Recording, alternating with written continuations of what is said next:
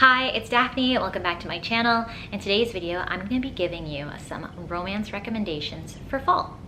So these recommendations are either specifically fall, like the story takes place in fall, or it's just like a colder time in the plot, or it just gives me fall vibes, like it's a bit cozy or it's a bit dark. There's like monsters or paranormal creatures in it, and it's just the type of book that you want to stay inside and consume cuddled up on the couch with like a warm drink as the sun goes down kind of energy. So that's where I got this list, and I hope you enjoy it. The first book I'm going to recommend is Feral Sins. I read this recently. This is a paranormal wolf shifter romance, and it literally has an ultra alpha hero. So if you love a good, sexy alpha hero, definitely check this book out. It's a series, so you can go through like a ton of wolf men in it. I've only read 2 so far, but this first one in particular was a lot of fun. The second one I actually really enjoyed too. So the plot of this book is that the couple is fake mates for like pack strategy, getting out of difficult situations. It's just mutually beneficial for the two of them to join into this fake dating relationship, but there's magic chemistry when it comes to mates, so they're irresistibly attracted to each other even if they think it's pretend, and it is a fun, steamy ride. There's a lot of high stakes, a lot of violent battles as well, and yeah, I would recommend this for a fall read because werewolves. Then I would recommend A Lady of Rooksgrave Manor and its second book, A Company of Fiends. So these 2 books are both reverse harem. They feature different characters, different leads, different groups of men. The first book, our female heroine is like a servant. This takes place in like old-timey London with like carriages and stuff, and she's just known as being promiscuous. She gets the attention of this doctor guy, and he ends up being like a Dr. Jekyll, Mr. Hyde kind of person, and he is aware of this like monster underworld that happens in the shadows of London and England, I guess. And he introduces her to this manor where women are there to enjoy themselves with these monster clients. So it's like a fancy brothel with a lot of consent. So all of the women are humans, and these monsters are paying to be a part of this manor so they can have relationships with them. And it's her story with her harem of men, and it was a good time. I will say I enjoyed the second book even more. So in that one, our female heroine is an actress in a sex theater. We see a little bit of the sex theater in the first book, and her harem of men from the theater, and even like the patrons and this detective guy. And I really loved it. She wasn't looking for love, but these men just loved her so much, and she just had to like give in to that, and just seeing her grow and seeing the men like treasure her. And the men were all so unique and distinct and had their own great characteristics about each other, and they just worked so well as like a group. I would definitely recommend, obviously because it's monsters and with fall and Halloween, it's perfect. Then I want to recommend Long Shot by Kennedy Ryan, plus her other 2 books in that series, which is Block Shot and Hook Shot. Block Shot being my favorite one. It's the second book in the series. This is a basketball romance series. Long Shot in particular is very thrilling. There's a lot of like domestic violence and lies and manipulation going on, and not between the 2 main love interests, but our main character, I forget what her name is, she is trapped in this relationship with her boyfriend.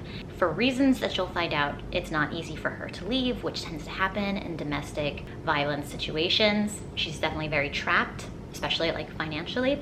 He is an NBA player, and his rival is the hero of the story. They've always had rivalry on the court, but our main hero saw her one night at a bar and like instantly fell in love. They just really connected, and over the years their lives keep crossing, and he just knows they're meant to be together and doesn't understand why she stays with this jerk. And it's their story, and I will say it is literally so thrilling. I was jumping up in the middle of the night, like pacing the floor, because I was just on the edge of my seat, like stressed. So if you are in the mood for some kind of like thrilling book, but you want to stay in the romance realm, like I would definitely recommend this, but go in carefully, cautiously, definitely check the trigger warnings because there's a lot of on-page heartbreaking stuff going on and violence, and it's just wild, literally wild. It's probably the most wild, have I read what? It's pretty wild. It's probably if not the second most wild romance book I've read this year. So yeah, I recommend that because it's thrilling, and then I recommend the rest of the season because it's basketball. And is basketball season like starting up? Yeah, basketball season's like fall, winter. It's like so long. I played basketball, but like basketball season lasts for so long, but that gives me fall going into winter vibes as well. Okay, the next one is a quick hitter. I'm gonna recommend The Dragon's Bride. I think this is by Katie Roberts. This is a monster romance. The second book in the series is coming out soon, and I'm very excited. I think it's about like some kind of sea serpent, and I feel like there's a lot of paths you could take with that. This is a steamy, smutty kind of book. It's like mostly about the sexy fun times, less about the plot, but like the plot is still thought out, so don't go in thinking it's just gonna have nothing. It's still really, really fun. So this particular story is about a woman who makes a deal with the devil and sells her soul for like 7 years and has become the bride of this dragon. His goal is to have a baby with her, though she's not under contract to do that, but he has the opportunity to seduce her. So it's their little romance story, and you'll find out like why he wants a baby with her and what they're gonna do after the 7 years. So a smutty fun time. Another quick one I'll do is a historical romance, To Beguile a Beast. This is like the third one in a series. You don't have to read all of them. You can read them as standalones, but this one is like pretty much a Beauty and the Beast retelling. It was really sweet. I liked seeing how the couple got to know each other, and the woman has like children or a child. It was just really cute, and if you're in the mood for kind of like a retelling of Beauty and the Beast, this is a good option, and it just gives me that kind of fall vibe. I don't know why. Then I want to recommend a Mariana Zapata. This is all Rhodes lead here. So in this one, our heroine is finding herself again. Her mother had been lost in the woods in like Colorado and was never found, so she decides to go back to her hometown. She rents an apartment above a garage from this like grumpy old guy, and it's their romance, but it's a lot about her finding herself, going on these hikes, and I just thought the story was really touching. It's women's fiction with a touch of romance, and just doing hikes through the woods just feels like such a good fall activity as it's cooling down. And yeah, I thought that was really well done, and I enjoyed myself and would definitely recommend. And then an obvious recommendation I have is It Happened One Autumn by Lisa Kleypas. This is book 2 in the Wallflowers series out of 4 books. So this is like an enemies to lovers or a dislike to love kind of romance between Lillian and Lord Westcliff. Classic historical romance. Lisa Kleypas is a beloved historical romance author, so definitely check this out if you haven't already. It's lower on the Steam, I would say, but it's still enjoyable, and it has autumn in the cover. How can I not recommend it in this video? Then I want to recommend the Four Horsemen series. So this is pestilence, war, famine, and death. They all have their own books. There's 4 books in the series, and they all have their own female leads. Each horseman falls in love with a woman, and yeah, it's like the end of the world. They're literally bringing disease, famine, war, and death upon Earth, and these women have to stop them and basically convince these horsemen to sympathize with humanity, and they try to resolve that by falling in love.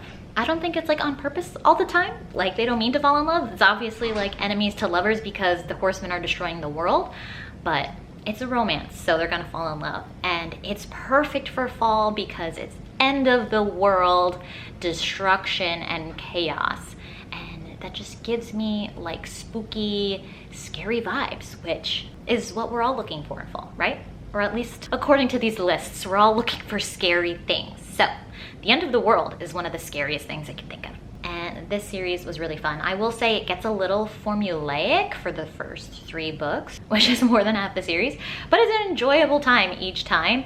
But death I'd say is my favorite because it switched it up. In particular, the female lead in that book was like impervious to dying for some reason. She just couldn't die. So she was the perfect counterpart to death, and them falling in love was just so amazing. And I just loved all the magic that was involved in the story. And yeah, it was a good time and I would definitely recommend. The last book I'm gonna recommend is one to watch. I read this so long ago, but for some reason it just screams fall for me right now. I'm just watching so much like reality TV.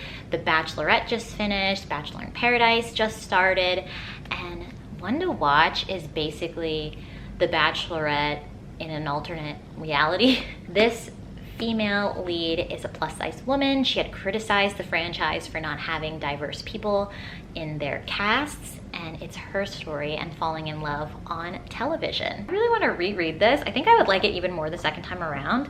I just remember the first time I read it, I literally consumed it in like one day because I was so stressed trying to figure out if this woman was gonna find the one, if these men were there literally for the right reasons, which is like such a stereotypical thing to say in Bachelor world. Were they here for the right reasons? Did they just want clout? Like, was she really gonna fall in love? Were they really in love with her? Were they just using her? The stress levels and like sympathy I had for this woman was so high, but like great time, definitely recommend. And yeah, I just feel like reality TV is the mood I'm in right now, and it's fall, so I'm putting this on this list. So those are all my fall romance recommendations. Leave more recommendations down in the comments if you have any. If you enjoyed the video, please give it a thumbs up and subscribe down below if you haven't already, and I'll catch you in another video. Bye!